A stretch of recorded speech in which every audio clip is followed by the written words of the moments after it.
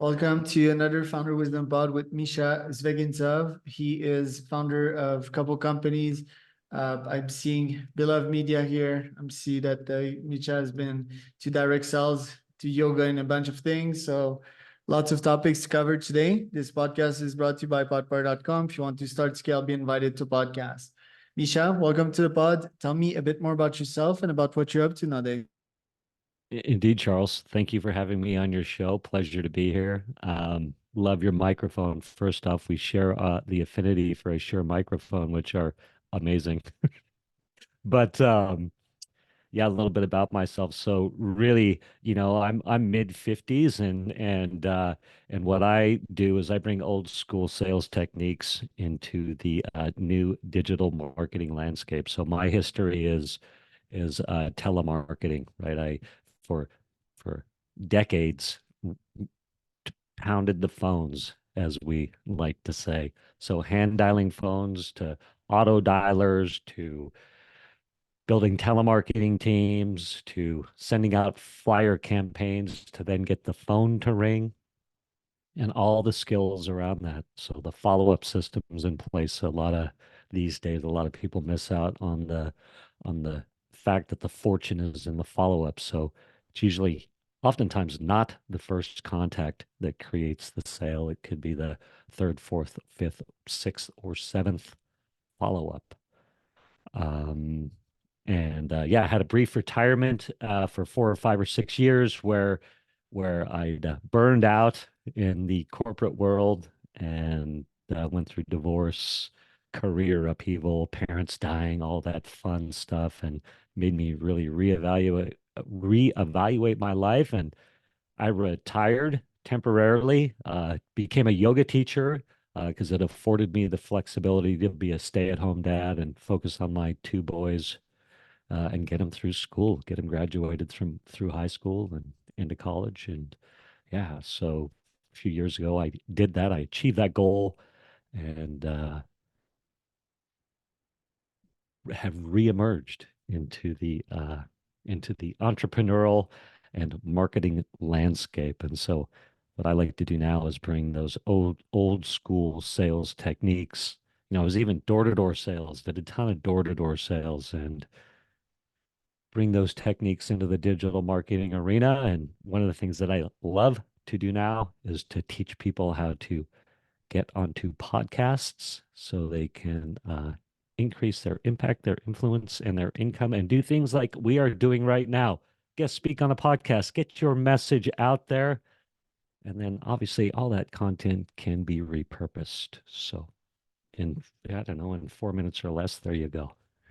So, what did your yoga years teach you? You've worked with various clients there. What insights have you got from working with so many folks on the flexibility of the mind, but also the body?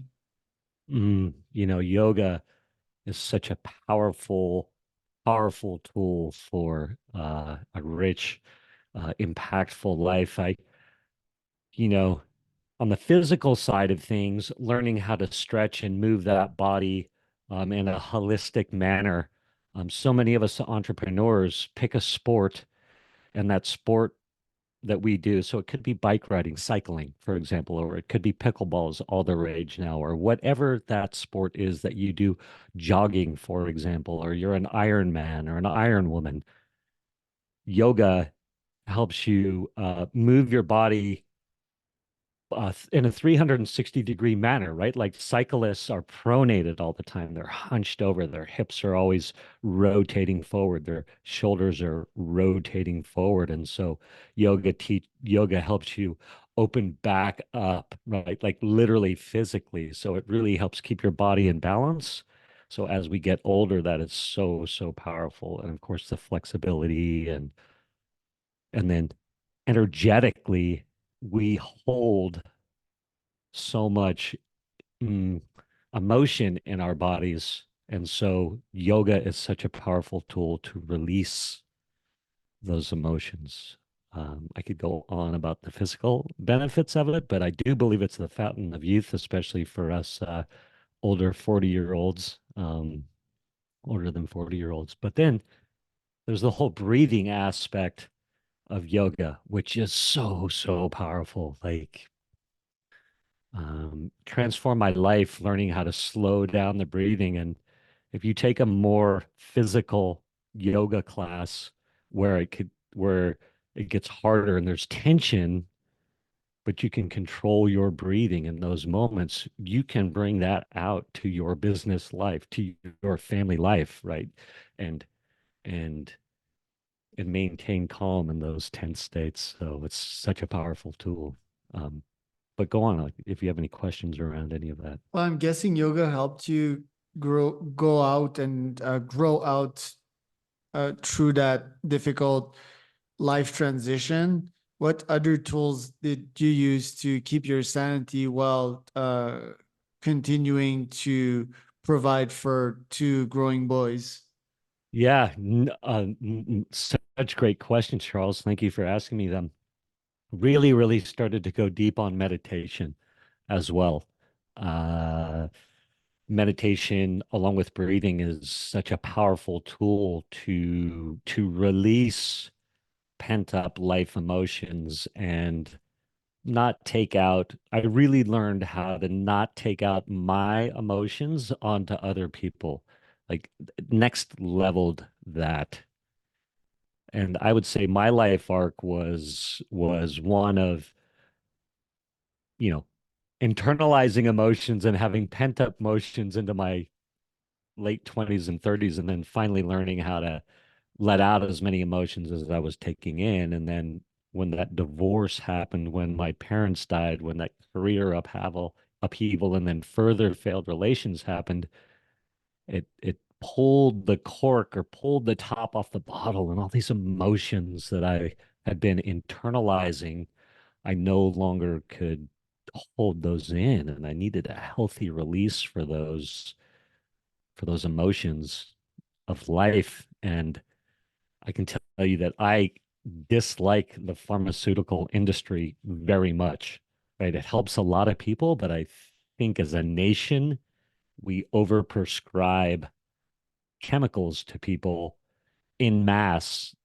And I think it's not really having a positive effect. And so I was committed to not taking prescription medications. It was like, how do I make it through a depressive state? How do I make it through a dark time healthily? And yoga and meditation was so, so powerful for that. Really taught me how to release those emotions. Did a lot of crying, slowed down a lot.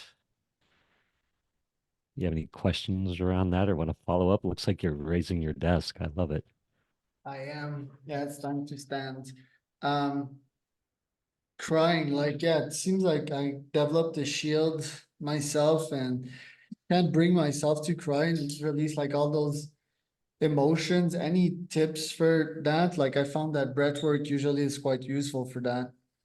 Yeah, absolutely. And I think we should distinguish between two types of breath work. There's that Wim Hof breath work that's really taken storm, but that's more of really this speed up your breathing, trigger all of your endorphin release type of breathing, right? You're trying to create this hyper energetic state or what have you. But I would say I'm talking about a reverse type of a breathing where you're really slowing down. You're trying to calm the nervous system as much as you can and then create that space to let those emotions out. And I think you asked me, do I have a tips around that?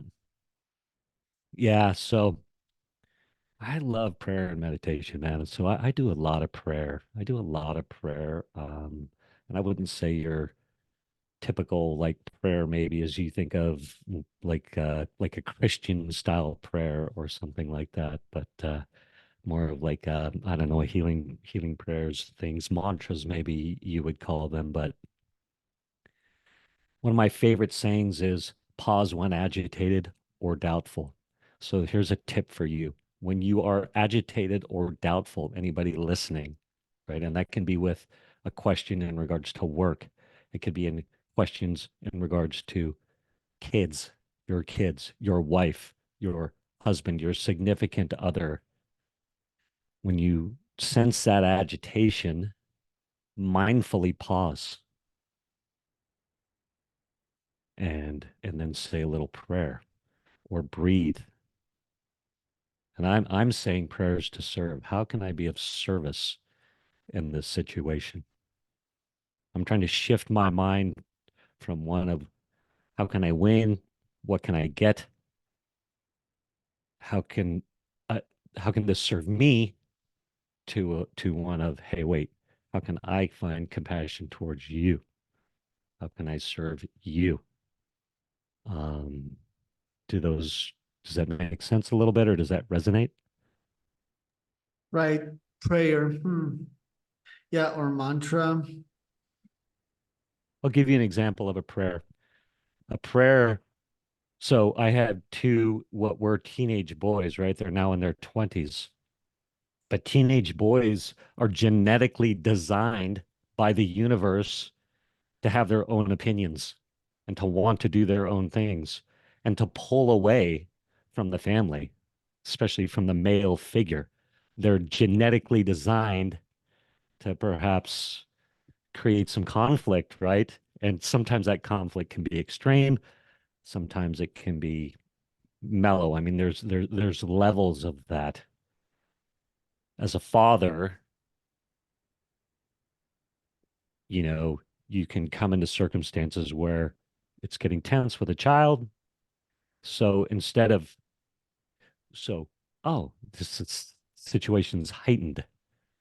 All right, pause, breathe. So then this prayer came to me. God, how can I support your path for my son Cooper, setting aside my own selfish wants and desires? Right? Because it's my own selfish wants and desires that skew everything. I want my kid to have this success, or I want them to get their scholarships, or I want them to get their A's, or all these things. But when I did some deep meditation and took time to be really look at it, what is my concern for my children having A's, or for them going to the best schools or getting scholarships? It turned out, and I didn't like it, that really what my main concern was, how could I answer the question, what do your kids do? What are your kids up to? And so selfishly, so it would further my ego and my status as a good father, right? I would force perhaps directions that weren't maybe what the children wanted or perhaps was best for them. And so, yeah, I was like, hey, God, how can I support your path for my kids, setting aside my own selfish wants and desires? And I'll give you an example. My son, Waylon, um, in my family, I grew up in Jackson, Wyoming, very active outdoor family. And I believe in being active, eating healthy, these sorts of things. So I would tell my kids, hey, got to have a certain amount of activity every month or every day, right? Like get your 30 minutes of healthy activity in or your sports or whatever. And so I had my kids in swimming. We live by the ocean. And so I had them in swimming. I wanted them to be good swimmers and be on the swim team and be able to conquer the ocean and all that stuff. And so I had them in there for, 5 years. And young Waylon finally was like, Dad, I don't like swimming and I still don't like swimming and I haven't grown to like swimming. Now, granted, they are incredibly powerful swimmers, so they can go in the ocean and do all this stuff, which is awesome. But he says to me, you know, it turns out that school is about a half hour away from home. How about if my activity is I walk home from school? I was like, that doesn't serve my ego at all, right? How are you going to be a championship swimmer if you're walking home from school? But anyway, I was like, you know what, Waylon? Little prayer to God. How can I be supportive of my path for you? You know, walking home from school sounds great. Very next day, of course, someone asked me, "What's your son do?" And he walks home from school. There you go. You have kids yet? Not yet. About two, less than 2 years, but how do you make sure not to force your own traumas on your kids and make sure that, yeah, this this crap stops the gene tree, in the gene tree, and that you just don't pass down your own traumas to the next generation? I love that. And Charles, that is such a great and powerful question. So, A, I've got to acknowledge that I perhaps have some trauma, and perhaps some of the things that I have learned are not the best thing to pass on to my kids. And I think so many parents are in denial about that or justify really borderline bad behavior by the way they grew up or what they learned from their parents, right? So I try to be mindful of what habits do I have? What traumas have I had in my life? Right. And then I've done inventory. I've written literally about okay, like how do I treat people? What are my resentments? What are my fears? Like what triggers me? Where am I being selfish? Where am I being resentful, judgmental? You combine that with prayer, meditation, service, all these things, and that helps build a great foundation.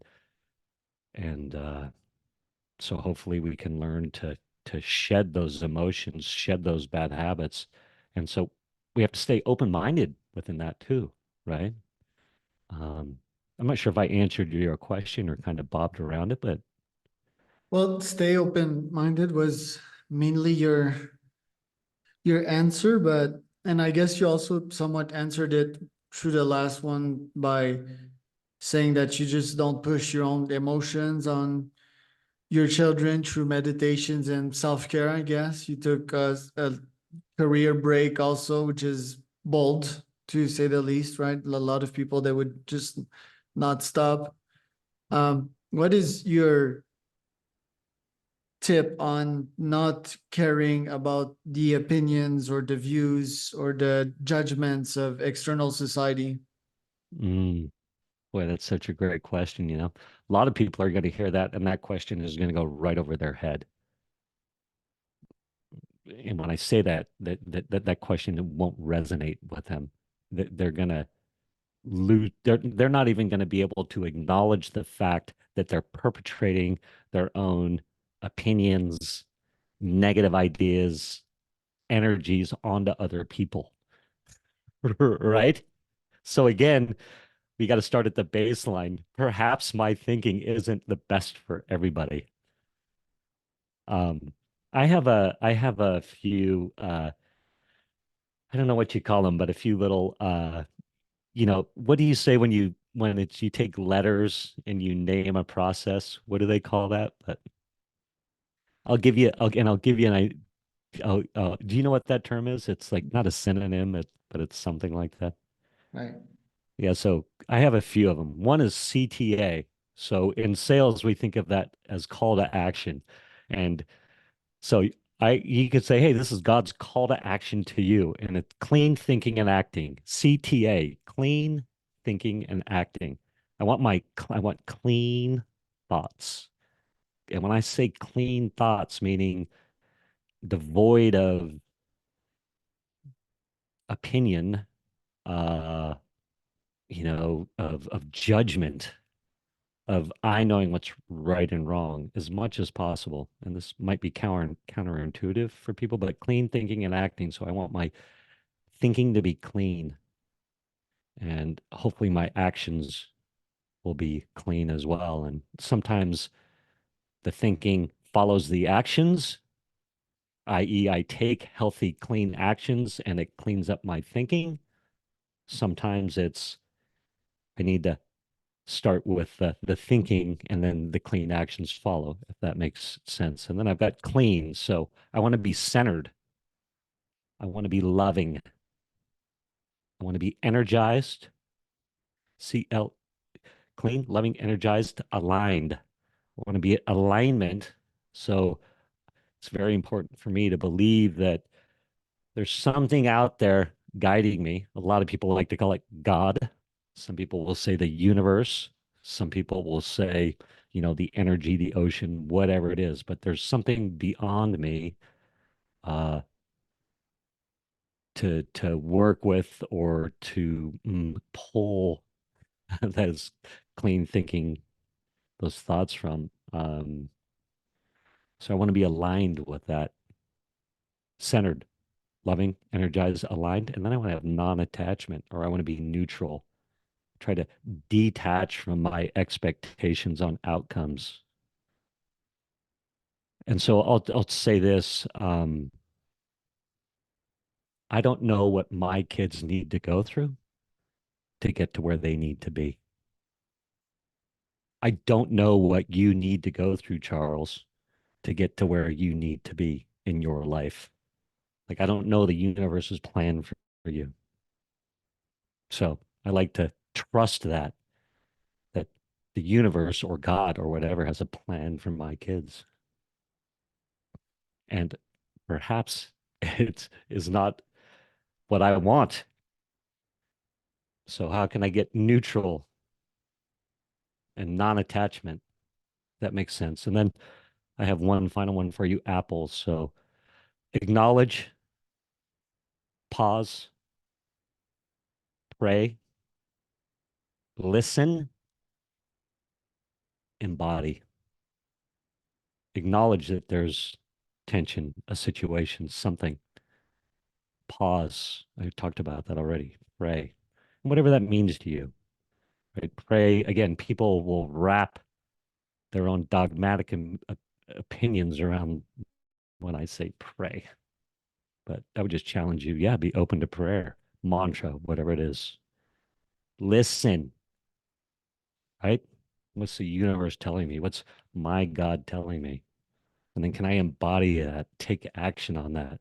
Or or sometimes taking action is actually doing nothing and letting circumstances play out. Love that. Thanks Thank for you. sharing your wisdom today, Mischa. Where can people find out more about you? They can go to belove.media, belove.media is a great place to find me. They can also go to badzuck.com. That's a super easy one to remember. Badzuck.com. And why Bad Zuck? Tell me. Yeah, so I'm all about guest speaking on podcasts and creating organic traffic, organic engagement opportunities. And so if you think about uh, the social media machine, perhaps that's not the best in the world. Hence Badzuck. Does that make sense? Interesting. Well, thanks for coming on today, Mischa, and we'll be in